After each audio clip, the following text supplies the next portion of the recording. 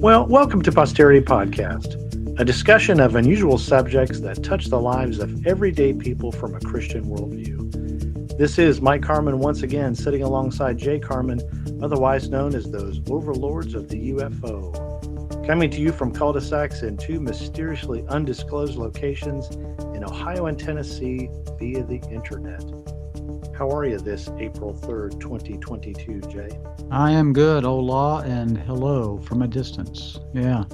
So it's a beautiful day in the neighborhood here. It is. Well, normally when we start this podcast off, we wind up doing the weather report from Southern Ohio and Middle Tennessee. And I'm just going to throw this in there because I think it's funny. But did you hear that it's actually going to snow next weekend? I have, yes, yeah. Isn't that crazy? Yeah. You know, I have told my wife on many occasions. I said I actually wrote this. I haven't done it in a long time. It's been a long time ago, but several years back now, a number of years back, I remember that on April the 6th, we got like 4 inches of snow. That's the latest I at that time, that was the latest I ever remembered getting a significant snowfall. It was either 2 or 4 inches. I remember I had to go out and clear the driveway because it had been warm, and then all of a sudden it snowed. And of course, that freezes right there, you know. Right. So if we get snow this next weekend, that will be the latest I remember a snowfall.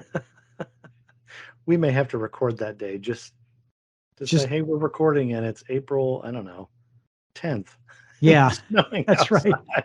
In Middle Tennessee and this is not the weather forecast. This is the weather nowcast. You know. That's right. It's crazy. Well, what are we into today, Jay? Today we are into a couple more chapters from Richard M. Dolan's book, UFOs and the National Security State, the first volume of the 2-volume set. Volume 1 is Chronology of a Cover-Up, 1941 to 1973. And in our last podcast, we covered some key items from chapters 1 and 2. Today we are covering some key items from chapters 3 and 4. And there's way too much material in any chapter in this book to do any kind of exhaustive discussion. We would be exhausted if we tried to do that. So we're just going to hit highlights today. Yeah. Dolan is very thorough. This yes, really is a great history book on the subject and is worthy of someone's time to read. Right. It's interesting to note that on the cover of this volume, of this first volume, it has a recommendation from Dr. Edgar Mitchell. Edgar Mitchell was an Apollo 14 astronaut, and he just simply says that this is a very thorough and monumental undertaking, which it is. It really is. Well, would you like to go first, or would you like me? Well, why don't you go first? You've got chapter 3, right? Yeah, let's do that. We'll kind of keep things in order, especially because as he moves through this whole discussion of UFOs and a national security state perspective, he does deal with things in chronological order. However, each chapter is not like a decade or anything like that. He separates them by the major emphases, emphases at the time. Yeah. Yeah. It's also topically oriented. Right. It is. So chapter 3 deals with managing the problem from 1948 to 1951. And I think that Dolan does a good job of setting the stage for this 4-year period by offering up 3 different quotes, one by the Air Force, one by the CIA, and then another by the Air Force. I'm going to take the time to read these. This first one comes in 1949 from an Air Force press release, and it says, all evidence and analysis indicate that reports of unidentified flying objects are the result of, number 1, misinterpretation of various conventional objects, number 2, a mild form of mass hysteria and war nerves, number 3, individuals who fabricate such reports to perpetuate a hoax or to seek publicity, and number 4, psychopathological persons. I guess all of those are possible. I'm not sure what I think about mass hysteria and war nerves, but okay. The second comes from the CIA in 1950, and it says, it is quite evident to the intelligence officers who interviewed these men that they had certainly seen something They had certainly seen some very unusual object which they could not identify, but was just as certainly not any conventional type of aircraft. Well, that's interesting. And the last one is a 1950 Air Force memo on retrieving UFO movie footage from a civilian. It says inquiries in this matter should be made in such a manner as to not indicate Air Force interest. I love that. Go after this. Be interested, but pretend like you're not interested. That's right. Yeah. The subject we're interested in, but we don't want people to know that we're interested in. Well, fascinating book, fascinating perspectives on the subject. So in chapter 3, he covers 1948 to 1951, and this is where Project Sign really begins to take off and do its work as the Air Force's first investigative effort into the subject of UFOs. So I'm just going to pull out some interesting stories here. The first one occurs in January 7th of 1948.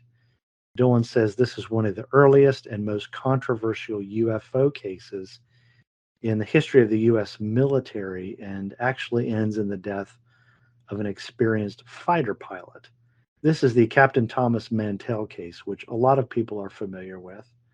Do you remember this case? I do actually, and for those of you who are listening, both all of these accounts that we're reading here from this book are, at least here in the early parts of the book, are before Mike and I were born, and Yes. I do not go but back to 1948. right, and in 1948, you're really only looking at a few years since the end of the Second World War. Right. So when we talk about experienced fighter pilots, there's no joke here. These guys that survived combat in either the European or the South Pacific theaters, they know how to fly, and they know how to fight when they fly. Right. Yeah. It's not so much a tragedy, really, that people would not know about the United States government's interest in unidentified flying objects, but it is a tragedy when you see news anchors go down on the street and ask people what was World War II all about, Mm-hmm. and young people just look at you with blank stares and they don't know. And Right. yeah, terrible. Well, this comes from January 7th, 1948. And he goes on to say at about 1:20 in the afternoon, a large object is seen by the commanding officer and others at Godman Air Force Base in Kentucky. I'd forgotten this was up in Kentucky. It says personnel described it alternatively as a bright disc-shaped object, round and cone-shaped. The object was still visible at 2:30 when a flight of P-51s flew out of the base. Captain Thomas Mantell, the flight commander, was asked to look into it if his mission actually allowed for it, and of course it did. But accompanied by a couple of other planes, he tries to intercept the object, and after climbing to about 15,000 feet, his fellow pilots turned back because they weren't equipped with oxygen. Of course, Right. This is 1948. So, nor was actually Mantell, tragically. He was known as being a very cautious man, but nevertheless, he kept climbing, I guess past 15,000 feet. So at about 2:45, Mantell reports, he says, I have the object, this is a quote, I have the object in sight above and ahead of me, and it appears to be moving at about half my speed, or approximately 180 miles an hour, end quote. When asked to describe it, he replied, quote, it appears to be a metallic object, and it is of tremendous size, end quote. At about 3:15 in the afternoon, or about 30 minutes after he first sighted the object, he makes his last contact with the base. So he's still seeing this thing. This is incredible. He says, quote, directly ahead of me and slightly above, and is now moving at about my speed or better. I'm going to try and close in for a better look, end quote.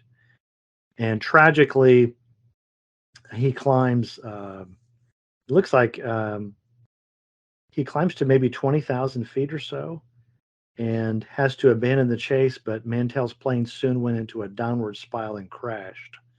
So the thinking in the investigation of this crash is that he lost consciousness from a lack of oxygen. So What's also interesting about this case is that the description of the object and his communication back to the base wasn't actually fully declassified until 1985. And the Air Force concluded, I would assume for the public's interest, that Mantell had mistakenly chased the planet Venus. Because it's of such tremendous size at that Yeah, altitude. Good grief. Yeah. yeah. I just have a hard time buying that. A review of the case in 1948 concluded, quote, "It is apparent that the object sighted was not the planet Venus. Therefore, this sighting must be considered as unexplained," end quote. Note that Mantell's description of the object as a metallic object of tremendous size came well before the crash, thus presumably before a lack of oxygen would have impaired his judgment. Right. What was the And height again? What did you say? What? it looks like it was over 20,000 feet. Yeah. See, the height, if you look that up, I was looking that up while you were talking. The height at which there's not enough oxygen to sustain human life for any kind of extended period of time is 8,000 meters, or about 26,000 feet. Yeah. So he was still within breathable atmosphere. And it looks like from the dialogue with the airbase or his other pilots that he told someone that he would climb to 20,000 feet. And if he couldn't get a closer look at it, then he would turn around and abandon the chase. So it seems as if he got that high, at least. Right. How high he actually got, I'm not exactly sure. We would actually have to look up the official report on this to see. And I just think it's so interesting that the Air Force's investigation concluded that it was not the planet Venus. But in 1985, that's what they told the public. Right. Right. What a shame. Yeah. What a shame. And it's, if he assessed it, I mean, this guy's a fighter pilot. He knows the limits of his plane. He knows how fast it can go. And a P-51 was pretty fast for its time. So if you look at those kind of things, you would think that, all right, if he gets up there and he sees something and he says, this is big, then it really is. And also he says that at one point he knows it's moving at about half his plane speed. And then again, he says, now it's moving at my plane speed. So I can't picture something like a weather balloon or anything like that moving. A weather balloon can be really big, so you could think that, but it'd be hard to picture that as moving at, 300 plus miles an hour. I would think it would be really hard for his aircraft being, what was it, a P-51? Mm-hmm. I would imagine that it's just impossible for a P-51 not to be able to catch a weather balloon. Yeah, exactly. Well, this particular case, did get a significant amount of pressure from the media for investigation. So in 1952, when Project Blue Book under Edward Ruppelt got off the ground, they reinvestigated the case and concluded that it was evidently a skyhook balloon from Clinton County Airfield in Wilmington, Ohio, that he was chasing. Do with that what you will. Dolan says it is possible that the object was a skyhook balloon, but the case has certain features which leave one wondering. He says years after Ruppelt left the Air Force, Blue Book files indicate there were no skyhook plots available, although by then such plots should have long since been declassified. He also says that Clifford Stone, a 20-year U.S. Army veteran, informed him that a Navy colleague of his checked the Office of Naval Research for skyhook balloon plots. The man said that ONR records indicated there was definitely no launch of a skyhook balloon from at least January 6th to January 8th, but also that probably none had been launched since late December of 47. No reason was given for the lack of precision in this matter. If true, however, it throws doubt on the likelihood of a skyhook launch in January 7th. Doesn't this remind you of the the weather balloon, and then the Project Mogul balloon launches as explanations for the Roswell incident. Right. Yeah, And exactly. then they offer up this explanation, and you find out that there weren't any, Right. but it had to be that. Yeah, Yeah. stuff that's just It's interesting to note too that I think, this is not likely to be, if this is a weather balloon or a skyhook balloon, or provided he didn't get, even if he did get into atmosphere in which was difficult to breathe, which should be 26,000 feet, 25,000, 25 to 26,000 feet. If he's in the 20,000 foot range, basically less than 4 miles up, it's breathable. Even if he goes up a little bit more, it's still basically breathable, although it's going to become more difficult. You don't get into jet streams, where the wind is moving at a fast pace.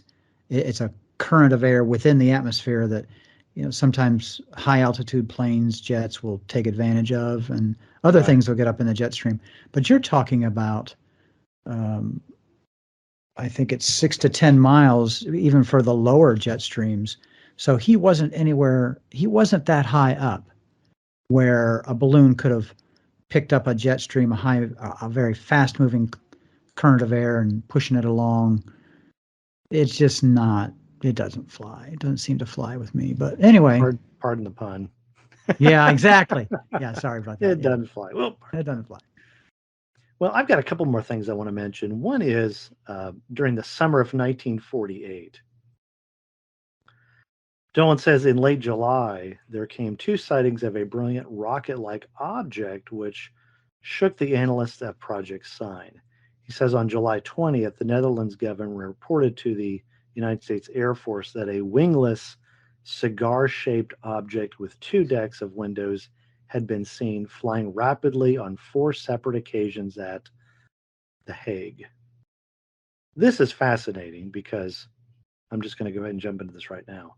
Because I was not aware that cigar shaped objects were seen what we think of as UFOs or were considered UFOs until I saw the movie Star Trek IV: The Voyage Home. And I always wondered why the large probe that comes back to Earth right, to make contact with whales of all Yeah, things right. looks like a giant cigar. Did you Yeah. did you ever notice that? You know what? I, I, I didn't think of it that way, but I always thought it was kind of an odd design for an Yeah. interplanetary craft, and then the whale, goes up like this, making noise in the water, and the ship up into space goes, Yeah. And that's why that movie was so much fun and very Yeah. popular, just because it Yeah. was a little on the absurd side. Yeah. I can remember sitting in the theater watching that movie thinking, why did they choose a giant cigar shape for a spaceship? But it's part of the history of UFOs. So Yeah, it I is. guess kudos to them for doing that. Yeah, yeah. So it also appears to have two decks. This is interesting. So he says that on July 24th at about a quarter to 3 in the morning, an Eastern Airlines DC-3 had a near collision with an object of the same description near Montgomery, Alabama.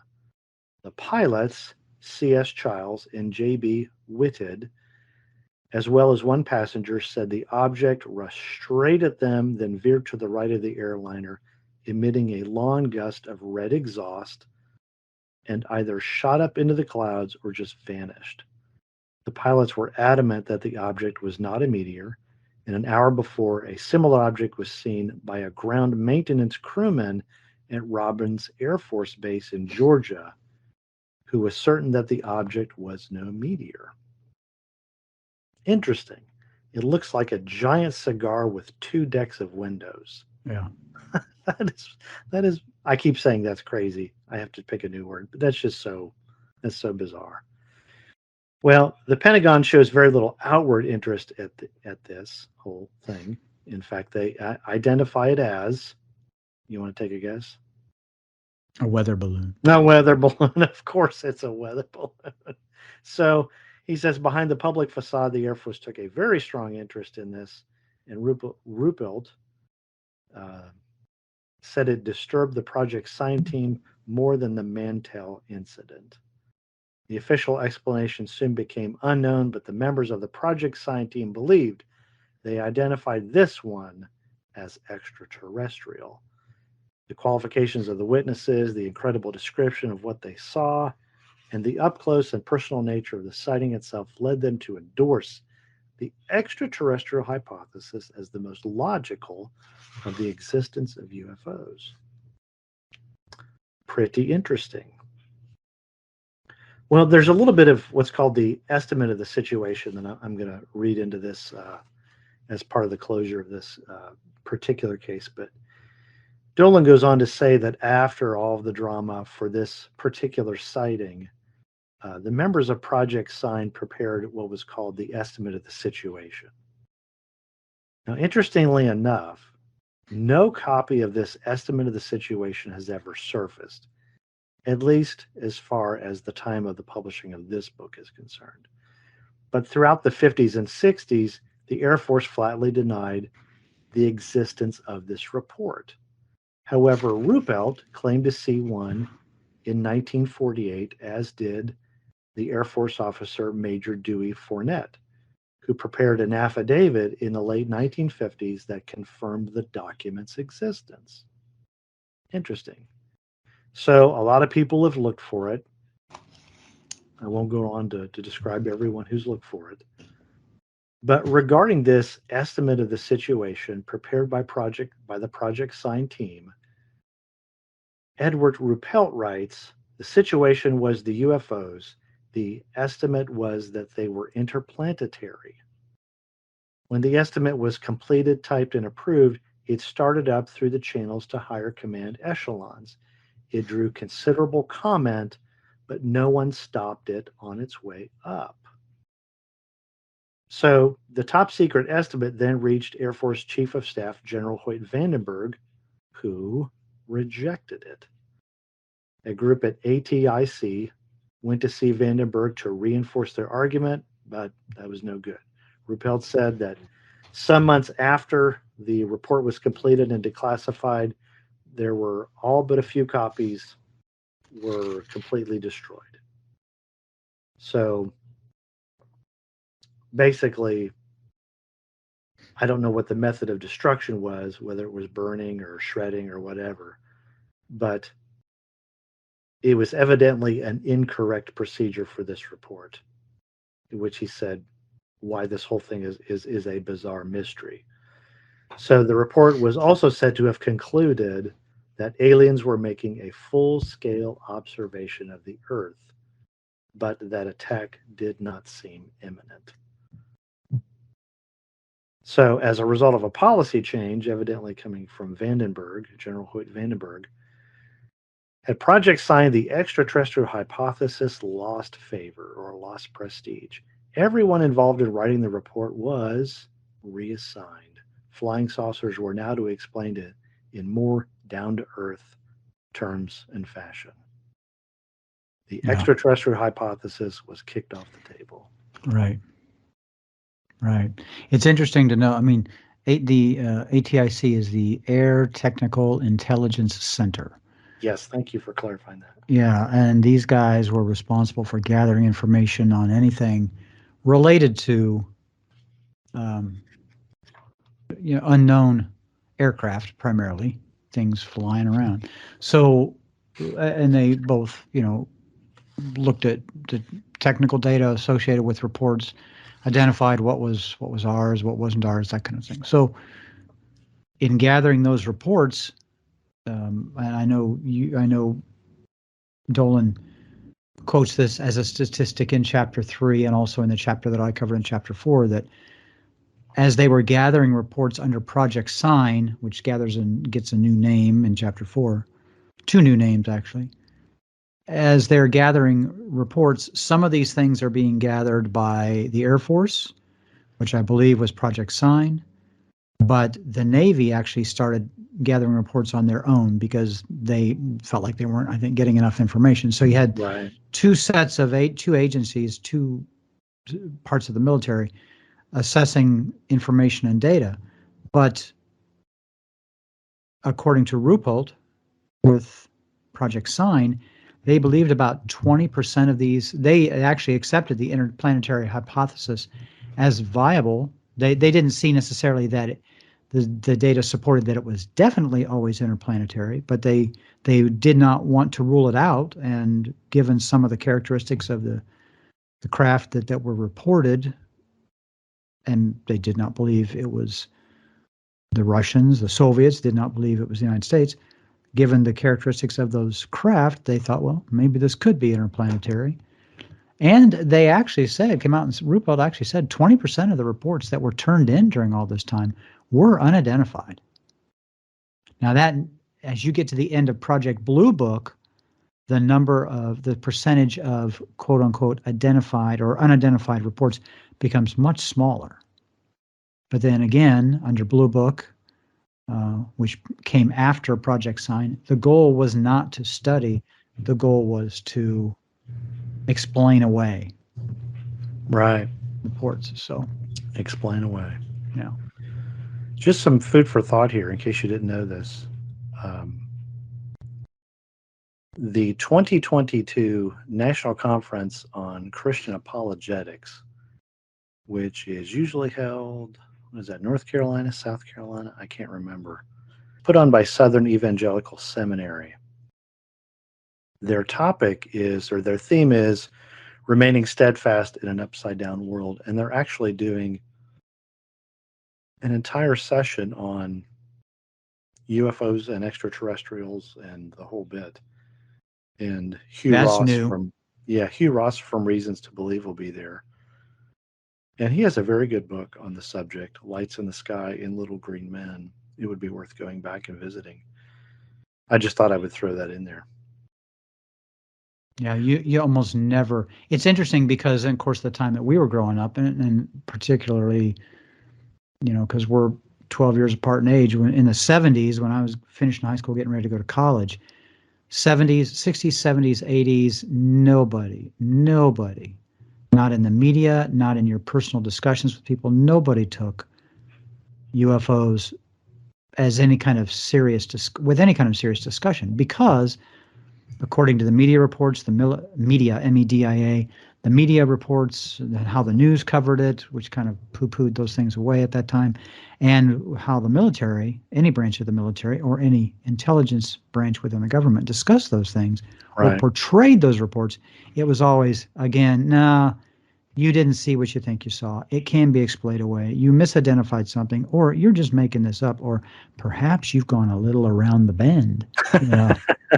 So who would, nobody wanted to talk about those things. And because it was that way in general media coverage, and keep in mind, the adults that were parents in the 70s, especially of older kids, most of those parents and adults had lived through the Second World War. And you had to have a lot of confidence in your military, because we were the country that stepped in and ended the conflict with Japan by dropping the atomic bombs, and Right. participated in the final ending of the conflict with Germany in the European theater by partnering up with the other European nations to, basically retake all the territory, and the Russians retake Right. all the territory. So these were the military powers. And at that time, you did not necessarily argue with the interpretation of reports, because it would make you look foolish. And so Right. people didn't talk about it. And since it was that way in the media and that way in general culture, it was very much that way in religious thinking. Right. Yeah, there is no little green men. I'm fine with that. But you didn't talk about it. You didn't discuss it. It was strictly paranormal, or overtly, anytime it was brought up, it was strictly occult. So you just didn't talk about it. It just did not come up. There was no need to discuss it. I would say, too, that it also reflects a lack of knowledge Yes. by the people in the upper echelons of academia. Yeah. Yeah. Because it was not considered a topic for serious study. You just didn't do it. I would think that since 2017, with the Tic Tac videos coming out, that more Christians in the mainstream feel like they now have to deal with the issue. Yes. It's not going to be one that they can just completely write off as a cult or misidentification or something else. It's I believe it's very much a both and. A good portion of this phenomena is occultic in my nature, but or in my opinion, but anyway, it's something that they can't ignore. So just for the sake, if anyone's interested, the pre-session, the pre-event is on Thursday, April 7th, and it's called "Engage and Equip: A Christian Conversation About Extraterrestrial Phenomena," of which Hugh Ross is a part of that panel. And you can go to the 28th annual Southern Evangelical Seminary National Conference on Apologetics, April 7th through the 9th. I'd actually thought about asking if I could go attend this, but I don't really want to drive out there all by myself. Yeah, Just boy. because I don't have any desire to drive to drive all that way and back. I would rather break up the trip with somebody. But you do listen to, what is her name? Lisa Childers' Lisa podcast? Childers, yeah, she's in there. I see that. Yeah, she has a session with a couple of other folks on why are Christian celebrities abandoning the faith. Yep. Well, She's you can she address that right out of scripture. boy, you can. And Yeah. it's interesting, one of the people she's partnering with and is somebody that she has interviewed on her podcast a couple of times, and that's John Cooper Hmm. from the Christian band Skillet, Oh, who really? is very strong. Yeah, I have listened to some of that, and he's very strong. He's very grounded, Hmm. Well, good. and he's one of these people that has stepped out and said, when a lot of Christian entertainers have left loud, so to speak, as they say, left the faith loud. He's one who said, no, there's no reason to do that, Yeah. and why should you do Amen. that? That's right. So yeah, so that is, as you said. Oh, and look there, they even got, wow, that's right on the main page. Engage and equip: a Christian conversation about extraterrestrial phenomena. Extraterrestrial. Is that what I said? No, you said extraterritorial. Sounds like a dog. Extraterrestrial. Oh my. Well, So that's interesting. I just noticed that's right on the home page. That's something you don't see every day. yeah. Well, I would like to close with one more story, and that is the story of the death of James Forrestal, former Secretary of Defense. I did not know much about his involvement in the subject of UFOs until it was presented in the 1994 movie Roswell, that was directed by Jeremy Keegan and starred Kyle MacLachlan, Martin Sheen, and Dwight Yoakam, the country singer. And of course, this movie chronicled briefly the story of the alleged crash of a alien spaceship outside of Roswell, New Mexico in July of 47 and everything in the aftermath.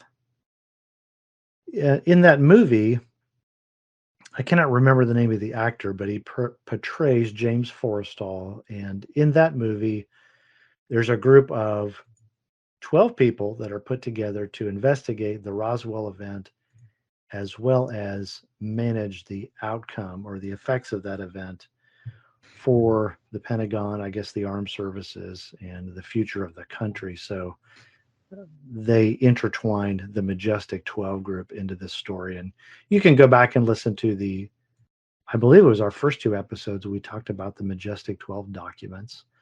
I would also have you go to, if you would like, I believe it was Small Town Monsters that did an episode which discussed like an overview of the biographical information of the people that made up the Majestic 12 group. Does On that sound MJ12, familiar? it Yeah. does. Let me pull up my Yeah. podcast list here while we're Yeah. talking about that. I think it was Mark Matsky that talked about each one of them. I don't think, I think in that conversation, Seth Breedlove said, I don't really know much about this. So just take it away and tell us who was on the board there. Well, the death of James Forrestal is intertwined into the subject of unidentified flying objects, as it is believed by some that his death was the result of him knowing too much, having a mental breakdown over it, and wanting to possibly disclose information to the public. So, as a Secretary of Defense, the decline and death of James Forrestal does remain an unresolved problem to history, regardless of the fact that it may have nothing to do at all with UFOs. So he evidently suffered a pretty spectacular mental breakdown through 1948 and 1949, and the reasons for it are not really clear. Dolan says they're relevant to this study because evidently during his career he locked horns with the Air Force Secretary Stuart Symington over defense spending. It was believed that Truman demanded an impossibly balanced budget, and Forrestal's job was to keep the services in line, and he could not do this, and to some degree would not. The result was the erosion of Truman's confidence in Forrestal. It may not have mattered to Forrestal, but like most of the country, he assumed Truman's political career was going to be over, and that in the next election at the end of the year, a Republican, possibly Thomas Dewey, would be elected into the White House. Well, that was not the case. Truman came back. I believe this would have been for a first term of his own as he finished out Roosevelt's term after he died. And so Forrestal is the doomed man in the story and not Truman. So their relationship disintegrates. Forrestal's mental health, his physical condition, and so forth just deteriorates. And he evidently becomes convinced that there are foreign looking men following him around and that Symington was spying on him. So he becomes paranoid. So as a result of this, some stories begin to be fed to the press that, Forrestal is having problems and so forth. So what all of this really boils down to is that Forrestal eventually believed that he was being followed, which fits very nicely into the black to the Men in Black Men in category. Black, yeah. Yeah. He had Men in Black following around, which is one of the famous groups or individuals that are part of the UFO lore. So he is admitted in 1949 to Bethesda Naval Hospital, I believe, under physician's care who diagnosed his illness as involutional, um, yeah, I believe I said that right, involutional melancholia, a depressive condition sometimes seen in people reaching middle age who often see their life as having been a failure. Oh, my word. Yeah. Now, it's not written in this book, but I believe I saw in a documentary somewhere on him that he was in some type of very bizarre marriage situation where both he and his wife were committing adultery on one another. And I believe that emotionally and spiritually, this is a part of his destruction. And it's not in this book, but it is in part of his history. Yeah. But in addition to all this, Forrestal kept a personal diary which consisted of 15 loose leaf binders totaling 3,000 pages. When he left office, his binders or his diaries were confiscated and brought to the White House for the remainder of the next year. So during Forrestal's stay at Bethesda, he received treatment called narcosis, which essentially consisted of sedatives and tranquilizers. So after a while, he begins to improve. It says by mid-May, I guess of 1949, observers and visitors agreed that Forrestal was improving. There were people that tried to get in and out to see him that were not allowed. I won't go into that part of the story. But it was agreed that he was improving. It was said that he was acting and talking as sanely and intelligently as any man that anybody had ever known. So evidently, the day that he passes away, his death follows this course. It says during the night of May 21st to the 22nd, Forrestal awoke at about 1:45 a.m., copying a chorus from Sophocles' Ajax from a book of world literature. A Navy corpsman guarding Forrestal's room checked in on him every 15 minutes. Forstall told the corpsman that he didn't want a sedative. He intended to stay up for a while and read before he went to bed. So the corpsman reported Forstall's refusal to the psychiatrist. They returned, evidently, he and the doctor returned 5 minutes later to an empty room. So when he doesn't take the sedative, the corpsman goes and tells his doctor, and they both return about 5 minutes later. And during this time, Forstall evidently walked to the diet kitchen across the hall, tied one end of his bathrobe cord to the radiator and the other around his neck, removed a flimsy screen, and jumped from the 16th floor. The cord came untied, and he fell to his death after hitting part of the building on the way down. And his story is included into the history of UFOs because it's allegedly part of the story that those diaries contained information, I guess, about the Roswell crash, managing the whole ET problem. This was evidently part of his mental breakdown, and that possibly he wanted to go forward with this to the public or maybe to somebody. But what's interesting is that later inspection found heavy scuff marks outside the window seal and on the cement work, which indicates that maybe he was pushed out the window or was being taken out the window and was actually fighting for his life, trying to get back in. But I would imagine that if he really tried to commit suicide in the way that is described, once he got into the act, his flight or fight response kicked in and he began to fight for his life. Yeah, he was trying to get back in. I can imagine both scenarios. Yeah.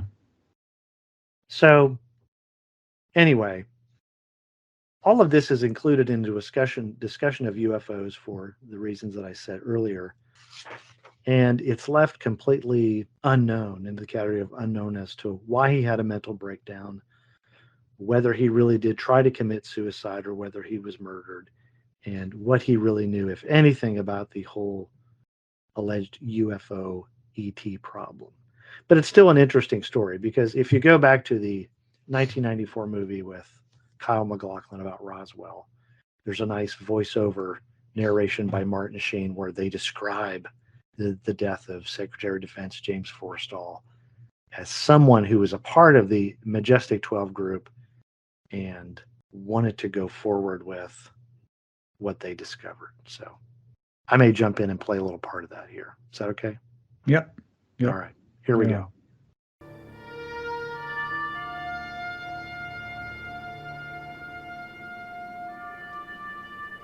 There's nothing to be afraid of. Come on inside.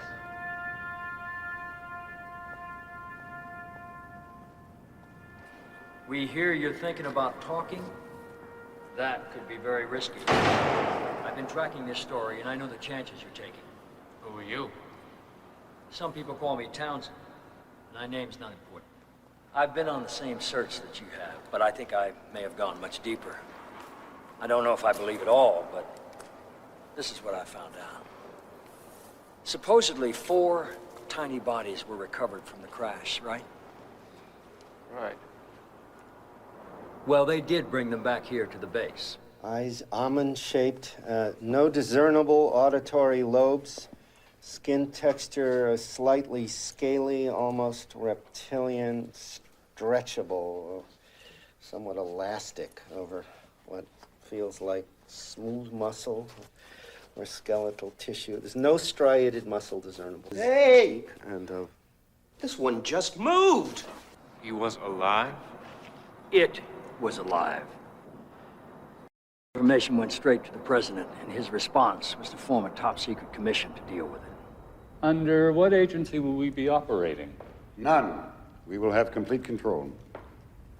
Morning, Mr. Secretary. And our mandate exactly? To investigate the event and all of its implications. The technology. And any other such events, should they occur. But most of all, to safeguard the public interest. That's why this information has to be so carefully controlled. You think of our religious institutions. I mean, if this were all to just come out, what are people going to believe in? Not to mention the effect on our social and our political institutions. Even the military. Especially the military. I mean, what the hell are we dealing with here? Is it friendly? Is it hostile? Maybe it's neither. Maybe they're just studying us the way we study insects. Well, the point is, there could be panic if this all came out. Now, we're supposed to ensure domestic tranquility, not eliminate it. I mean, what if people think that we are not in control of the skies? They'd be right. What about leaks? Someone's bound to say something. Well, as long as we control the way the information is released, leaks shouldn't necessarily hurt us. In fact, mingled with a little well-placed disinformation, they should help. Hoaxes. Oh, yes, certainly. And also accurate information released from less than reputable sources. And that's not such a bad technique either. Recruit a group of crackpots. Exactly. Gentlemen, if you'd open the folders in front of you.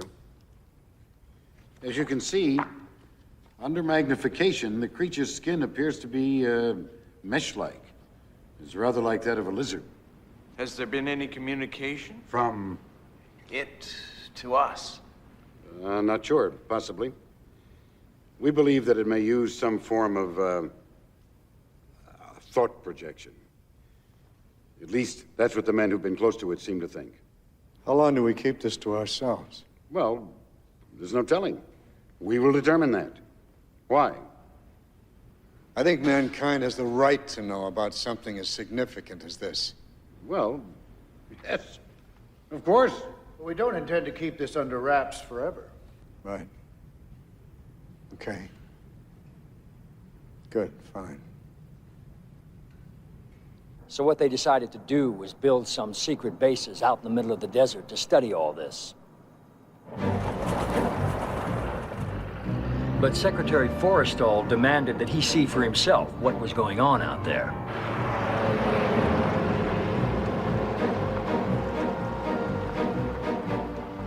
He knows you're here.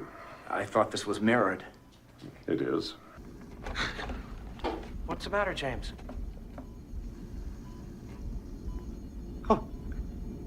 More of them are coming.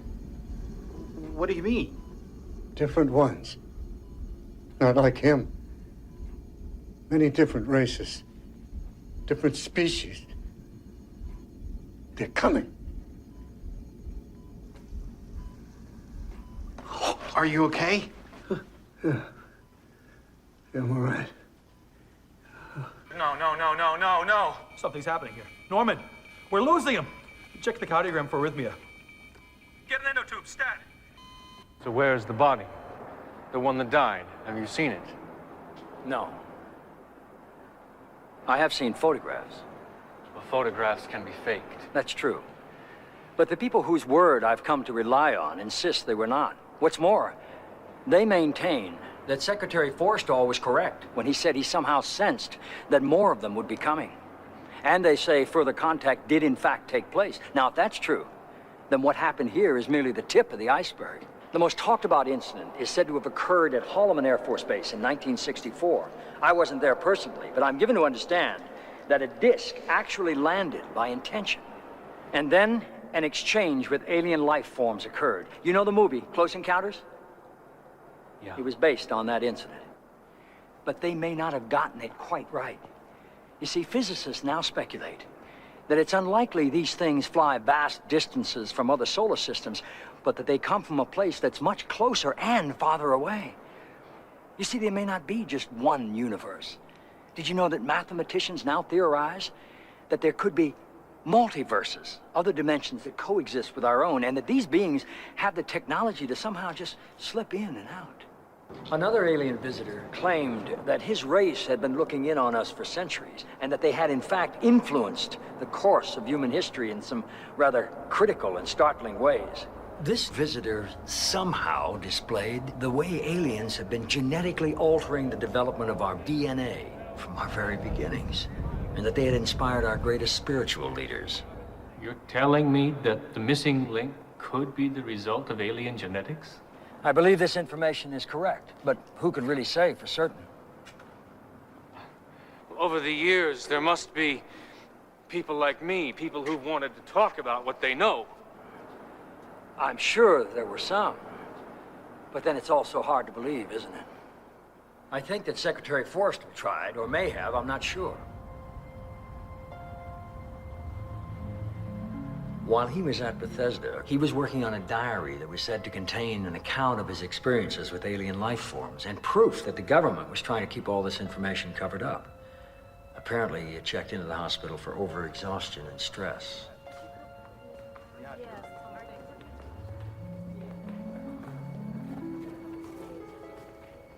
I'm sure that you personally can sympathize with how difficult it would have been for him to reveal all these secrets.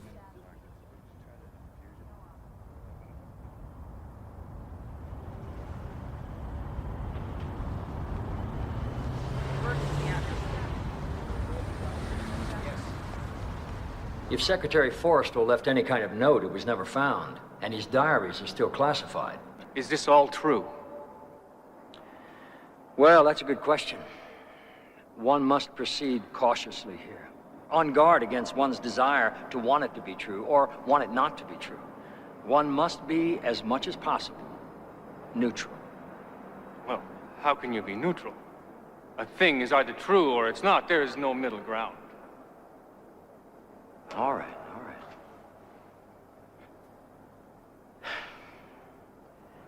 Then none of it is true. None of it? Well, maybe some of it. No. Now you're playing with me. Why are you playing with me? Because maybe you wouldn't even know what was true if you'd seen it all for yourself. How's that for an answer? All right, then what did I see out there in that field? Oh, that. Why, that was a weather balloon. Ha! No, it wasn't.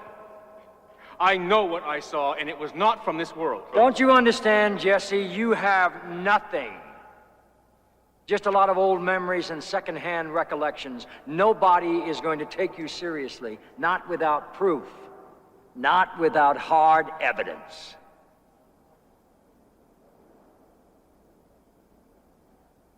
But please, feel free to tell anybody anything that I've said here this afternoon, because maybe it really is true, and the public has a right to know, don't they?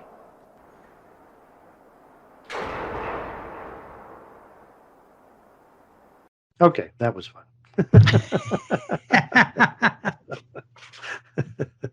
For what it's worth, people at home, for what it's worth. That's right. So that is chapter 3. Interesting material, anecdotal stories out of chapter 3. Actually, good history. And some of this is really good history. But. Yeah, and anytime, we've mentioned this before, both of these volumes are very well documented. His use of documents that were released under the Freedom of Information Act, his use of documents that were released to the public, his use of newspaper reports, personal interviews. There's just no really doubting it that as he has put it in here. Now, you may not agree with his conclusions about the information, right, but I don't think that there's much here that you would doubt in terms of accurate documentation. Well, we're going to break this conversation of Richard Dolan's book, UFOs in the National Security State, chapters 3 and 4, into 2 podcast episodes. That's chapter 3. We'll be back with chapter 4 as soon as possible. Thanks for listening.